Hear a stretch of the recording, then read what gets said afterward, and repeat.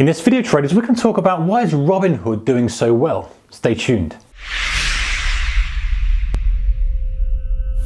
Hey guys, warm welcome to you. All right, so Robinhood came along and they kind of really revolutionized the trading world, especially in the US. Not available in the UK yet, but in the US. Commission-free, great app, and now they've just seen huge volumes. They've just exploded in growth. Now, market volatility has definitely helped with that, there's no doubt.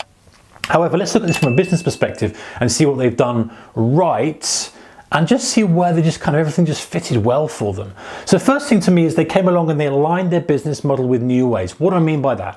When you consume or use a product or service now, very often we're used to getting it for free. Facebook, free. YouTube, free. Google, free. Now they're an ad-based model, and to put up with, you have to put up with some adverts to be able to enjoy it. And most of the time, they have the line quite right, don't they? You can, the adverts aren't really overloading. Some web pages go on, the adverts are just completely overloading the whole experience, and it's a bad experience. Obviously, these guys know how much they can deliver without kind of annoying users and get rid of them. So they've found the sweet spot. And this is the new model. The old way would be, hey, pay me and I'll give you X. And they've gone, no, we can give the end user it for free, but we take the revenue from elsewhere. So we take the revenue from the adverts and we give the consumer the offer, the service, Google, the Facebook, the YouTube, and we just run ads, and that's our model. And Robinhood were clever. Oh, by the way, guys, you can go, okay, I want to take a premium level of that. So YouTube, you can subscribe to be a premium member. There's other things that you can do to kind of upgrade your level, but you can carry on with the free stuff. And also, I guess from my channel perspective, guys, you can carry on consuming free content as you wish, free. So Robinhood, similar type of thing. This is the new way people do business now.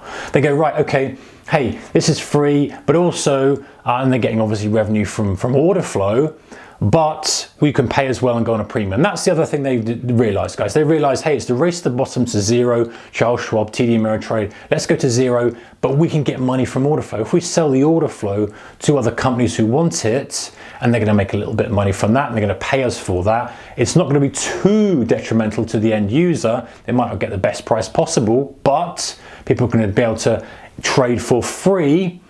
That's great. And so they literally took a massive jump and went, this is the way it's going. The business is going in free stuff, free stuff, free stuff, free stuff. But if you want more premium stuff, then we have an option there. And if you think about things like eBay did a study, as two items, exactly the same item. One says £10 free postage, one says £8, £2 postage. Both £10. Majority of people choose a £10 free posted option because they don't want to pay for that additional thing. Even though it's the same, kind of we're human beings, guys. You know, if you're a trader, how crazy that can be sometimes. And they went mobile focused. They built a great app rather than adding the app as a secondary thought. Great app, and gamified it. So it's very simple, very easy to use. Had a more of a younger feel to it. It wasn't like a stuffy thing. It was very simple, very clear. They had like confetti dropping down, all sorts of stuff which gamified the process. Now, I could kind of go off on a tangent and talk about how I think that might be detrimental to the average trader with the overtrading thing and all that kind of stuff. However, let's look from a business perspective, great. They just want revenue, they just want trades, so they can sell that order flow off and make more money. There's also peer data, sentiment data as well, so you can see what other people are doing, how many people are buying, and people are selling on the app.